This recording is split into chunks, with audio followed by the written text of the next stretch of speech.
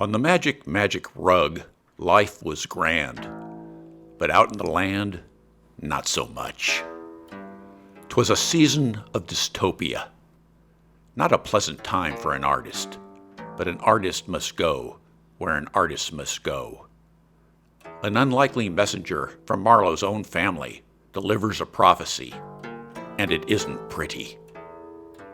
From Marlowe's journals. My Uncle Gary wandered off from a high-security dementia nursing unit in a remote Colorado county last winter. There were searches by land and air, no luck. One theory, Gary slipped into a drainage ditch which fed into a river and wouldn't surface until hundreds of miles away. But in spring, hunters found a body. My sister, his guardian, dealt with the DNA testing. She wanted to say, "Let's hope it's not him," but said, "Let's hope it is, and not someone young with a life ahead." Uncle G was a loner, a lifelong bachelor, pudgy until he became a compulsive walker, a breeder of greyhounds, a denizen of dog tracks, a hoarder with an impressive collection of Playboy magazines, although he probably never went on a date in his life. He worked on the 2 a.m. cleanup crew at the Blue Onion, my father and uncle's bar. G was sarcastic, pessimistic, with reactionary opinions, but I had a vague, long-ago memory of my uncle writing a story. This was when he was maybe still in high school. I asked my sister in an earlier conversation if she remembered the story. No. I asked others in my family. No. It seems I was the only one who remembered. Incredibly, my sister came across the story in my uncle's belongings after his death, and now I have the manuscript. The story was much how I remembered it, the feeling at least, the notations and crossed out words and the typewriter it was written on, and I remember the drawer Uncle G kept it in, the musty smell, and how my uncle was secretive about his story, probably the only one he ever wrote. The text was indecipherable with corrections, but I doubt there was another draft. It began.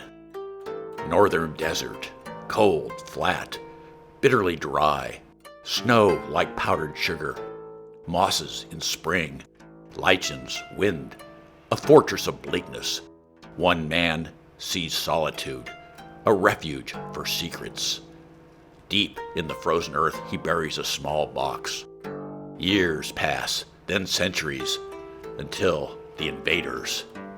Men and machines bringing parts for an entire city they will assemble in a single day. The new city of Chageth. A box is found. Work stops, and so it begins. In the end, the computer brain, Mindovac, takes over, and people are used as food and for fuel to keep the computer running. The landscape echoes the landscape of Gary's death. Consider the word palimpsest, a manuscript or piece of writing material on which the original writing has been effaced to make room for later writing, but of which traces remain. And it is like a palimpsestic that I approach my uncle's story. The Revolt of 2137. Who was John Bell C4? A visionary, a patriot, or did he simply lack imagination for evil? Mindovac, the computer brain, killed him with a sonic blast. The noble inventor didn't stand a chance against the electric brain.